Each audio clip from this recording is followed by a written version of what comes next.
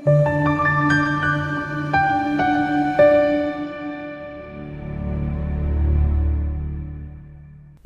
kubalekile ukuthi kusho ukuthi kumele sibanikeze abantu isifundo sokuthi uma ufuna ukubuza ngephupho uyabingelela bese ucela ngoba usuke ukhuluma nomuntu onama feelings umuntu ofuna ayeke esuke kwenza anake wena akuphendule yabona.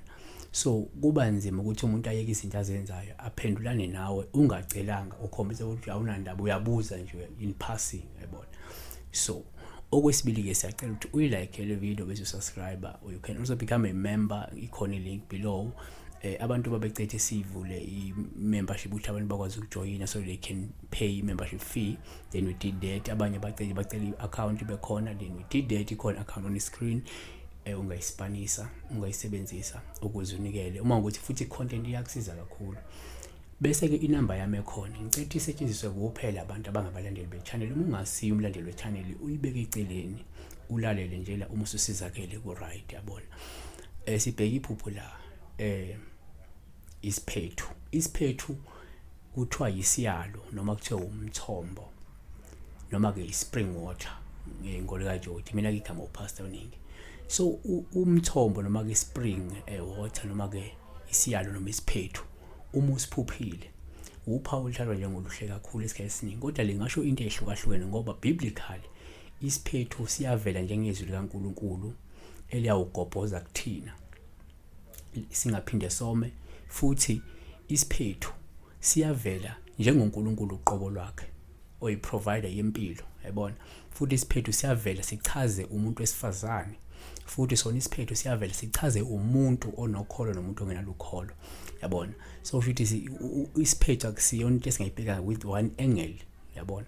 So number 1, uma uphupha isiphethu ufuna sikuthathe njengopholushe kakhulu. Uma usiphuphuma amanzi lusho ke la isithunywa noma lisho kuba nesithunywa kuwe. Kungenzeka uphupha isiphethu ngenxa yokuthi umuntu wembedwe isithunywa onamandla esithunywa yabona.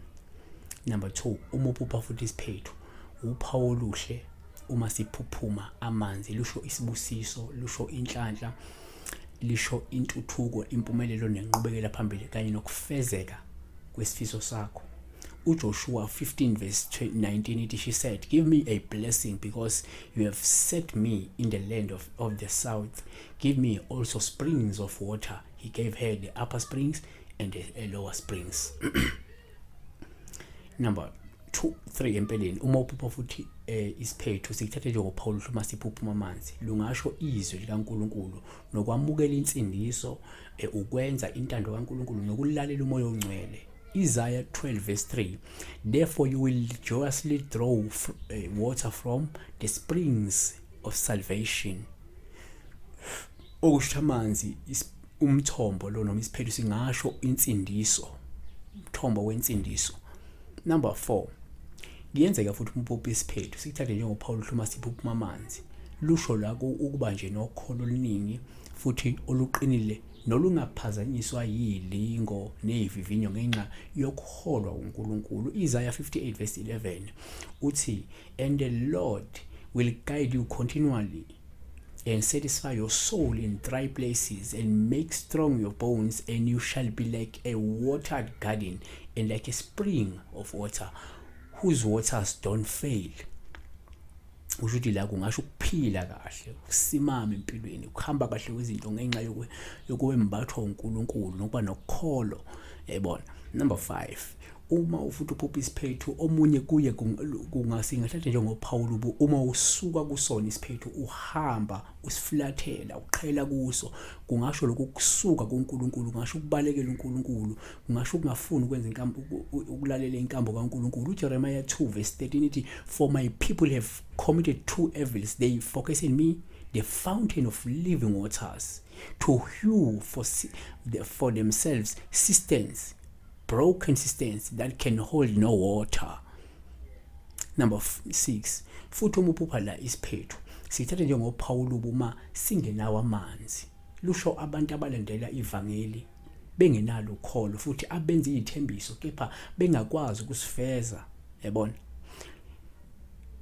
2 Peter chapter 2 verse 17, these are springs without water and mist, driven by a storm, for whom the black darkness has been reserved. La uPeter wayekhuluma ngabantu, ngabafarisi, ngababhali, yabona, ngabasaddusi ababiza ngama-springs without water, yayibona. So number 7, futhi uma uphupha isiphethu, sikuthathe leyo Paulo uma singenawo amanzi, lungabuye lusho ukuthi umuntu oweswele, umuntu ongenzi inzuzo mhlawumbe kokwenzayo, noma uma unomklamo ngenze umklamo wakho ukwenzela inzuzo, noma ke usazobhekana nesikhathi esinzima empilweni sokweswela.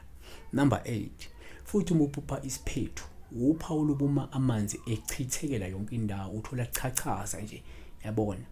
Lusho ukuthi kumele uqaphele ngoba kungenzeka unkosikazi wakho uwuvanzi futhi unamapatha nokuxega kwesimilo. Ngenxa yokuthi uProverbs 5:16 ithi, should your springs overflow in the street, streams of water in the public square. Lapha lalukhuluma ngomuntu wesifazane owayiuvanzi. So umuntu wesifazane uyathathwa njengomthombo, njengesiphethu, yabo. So number 9, uma uphupha isiphethu, uPaulo uhle uma sinamanzi futhi mhlawumbe lawo manzi uwaphuza, yayibona, noma wathokozela ngesikhathi waphuza, lungasho nje ukugculiseka nokuthokozela isikhathi esimnandi nonkosikazi wakho, yayibona, noma kungasho ukuthi uyakuthokozisa unkosikazi wakho, yayibona.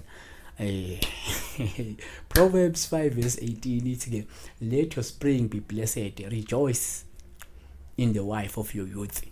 Hamba ushaya ngani yakuthi, so thokozela kunkosikazi wakho, thokozela unkosikazi. Besibheka isiphethu ukuthi isiphethu singaba yini. Isiphethu ngani yakuthi ngiyaphinda, singasho inhlanhla, isibusiso nokuphumelela komuntu. Isiphethu singasho singamela uNkulunkulu, isiphethu singamela izwi likaNkulunkulu, isiphethu singamela uJesu Kristu, isiphethu singamela umuntu onesithunywa, kuba nesithunywa. Isiphethu singamela umuntu ongenalo ukholo uma kuyisiphethu esingenawo amanzi. Isiphethu esinamanzi simela impumelelo, njalo njalo. Futhi isiphethu singamela umuntu owesifazane ongunkosikazi wakho, yabona. Siwe ni pasi